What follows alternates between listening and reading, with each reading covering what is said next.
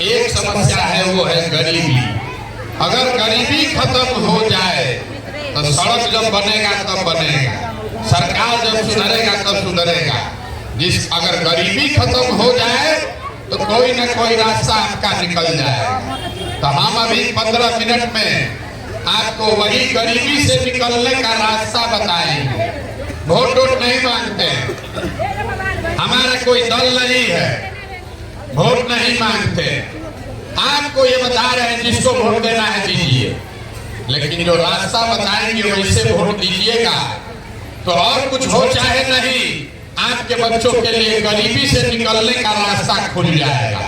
आप बात को सुनिए, समझिए, ठीक लगे तो अपनाइए, ना ठीक लगे तो जैसे जिंदगी चल रहा है वैसे ही चलाइए। देखिए दुनिया में जितना लोग विद्वान है, जितना विद्वान है, वो बताया कि 3 गो रास्ता है गरीबी से निकलने का। 3 ही रास्ता है। पहला रास्ता है नौकरी, दूसरा रास्ता है खेती और तीसरा रास्ता है बिजनेस, व्यापार। आपके गांव में भी जो नौकरी कर रहा है तो इसी बिहार में उसका जीवन कुछ बेहतर है। जो 5-10-20 बीघा का जमीन खेती कर रहा है उसका भी जीवन चल रहा है, और जो दुकान व्यापार बड़ा किया हुआ है उसका भी जीवन चल रहा है। रोड सबके लिए खराब है, लेकिन जो गरीब है उसको ज्यादा भोगना है। डॉक्टर आपके लिए नहीं है, लेकिन जो गरीब है उसके लिए ज्यादा दिक्कत है। जिसका पैसा है वो पटना दिल्ली जाके भी इलाज करा लेगा। तो गरीबी से निकलने का 3 गो रास्ता है। नौकरी आपके पास हो तो गरीबी खत्म, बढ़िया खेती हो तो भी गरीबी खत्म, और दोनों नहीं है बिजनेस व्यापार हो तो भी गरीबी खत्म। नौकरी अगर चाहिए तो उसके लिए बढ़िया पढ़ाई होना चाहिए, पढ़िएगा तभी तो नौकरी मिलेगा।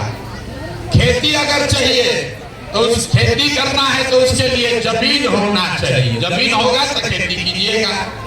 और अगर बिजनेस व्यापार करना है तो उसके लिए पैसा पूंजी होना चाहिए। इतना बात समझ लीजिए, पढ़ाई होगा बढ़िया तो नौकरी मिलेगा, बढ़िया जमीन होगा तो खेती होगा, अब पैसा पूंजी होगा तो बिजनेस व्यापार होगा।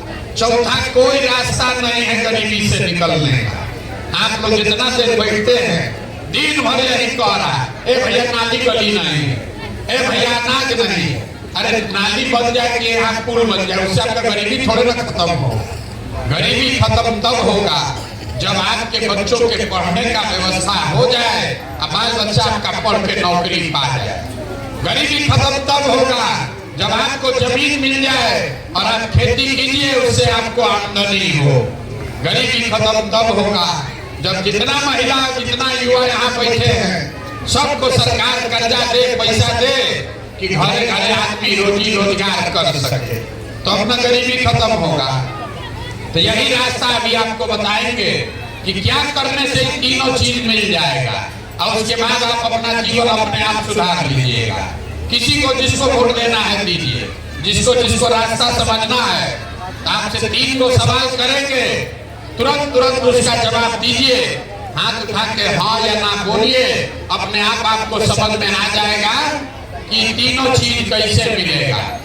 सब आदमी जरा सोच के बताइए, सबको बता, आपस में बात नहीं करना है, ताली नहीं बजाना, हम नेता नहीं है, भाषण में ताली नहीं बजाना है। 3 गो सवाल पूछेंगे, उसका जवाब दीजिए, आपको रास्ता दिखेगा कि गरीबी से कैसे निकलिएगा। सब आदमी सोच के बताइए, आपके गांव पंचायत में और कुछ हो या ना हो, आप सभी के बच्चों के पढ़ने के लिए अच्छा व्यवस्था होना चाहिए कि नहीं होना चाहिए?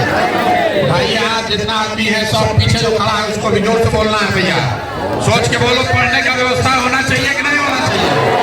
होना चाहिए, सोच के बोलिए, होना चाहिए कि नहीं होना चाहिए? होना चाहिए। बड़ा सब आदमी होशियार है भाई, जो पढ़ा लिखा है वो भी बोला होना चाहिए, जो अनपढ़ है वो भी बोला। अगर आप पिछड़ा हिंदू मुसलमान महिला पुरुष गरीब अमीर सब ने कहा पढ़ने का व्यवस्था तो होना ही चाहिए। इतना समझदारी आप सबको है, किसी नेता का जरूरत नहीं है। सबको मालूम है कि आपका बाल बच्चा पढ़ जाएगा उसको नौकरी मिल जाए, तो कोई मुखिया बने, कोई विधायक बने, आपके बच्चे का जीवन सुधर जाएगा। इतना समझदार आदमी काहे भोग रहे हैं जमीन गरीबी में, हम अभी बताते हैं काहे भोग रहे हैं। अभी आपको दिखाएंगे आंख के सामने कि सब समझदारी के बावजूद आप क्यों इस गरीबी में जी रहे हैं। सब आदमी अपने अपने जरा बच्चों का चेहरा याद कर लीजिए और अपने बच्चों के नाम पर एक बार ईमानदारी से बताइए, आप में से किसने जीवन में एक बार भी अपने बच्चों के पढ़ाई के लिए वोट दिया है?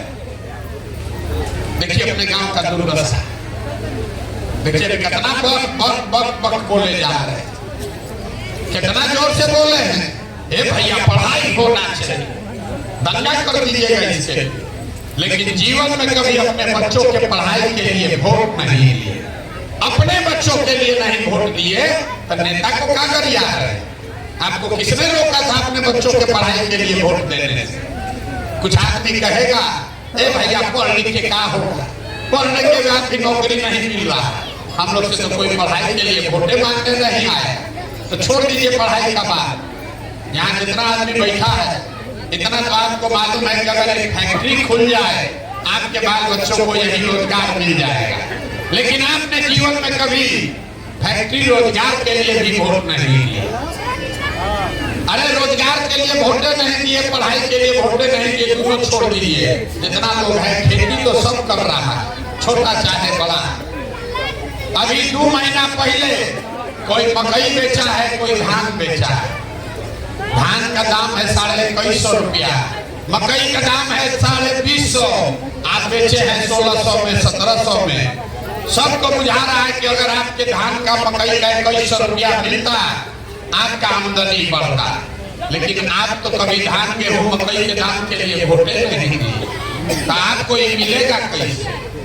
अरे आप अपने बच्चों के पढ़ाई के लिए वोटे नहीं देते, अपने रोजी रोजगार आमदनी के लिए वोटे नहीं दीजिएगा, तब मिलेगा कैसे? तुरंत कोई खड़ा होकर बिहार में आदमी कहेगा ए भैया क्या करें, हम लोग तो सबको वोट दे के देख लिए, इस क्या गारंटी है कि नौकरी रोजगार के लिए वोट देंगे तो ही मिलेगा? किसको हम लोग वोट दें? बिहार में आदमी जो है उसको कुछ नहीं बुझाता है, लेकिन उसको राजनीति खूब बतियाना। 5 बरिस बैठ के खाली यही बतियाता, राजनीति बतियाता है, खाने को ठिकाना नहीं, पैसा नहीं है, रोजगार पढ़ाई नहीं है, लेकिन राजनीति खूब बतियाता है। किसको वोट दें हम लोग? तो हम आपको बता रहे हैं किसको वोट दें। अभी 2 मिनट में आपको दिखेगा कि वोट जिसको मन है उसको दीजिए। आई तीनों चीज पढ़ाई, रोजगार और खेती से आमदनी का उपाय आप कर लीजिए, गारंटी हमसे लीजिए, वोट जिसको देना है दीजिए।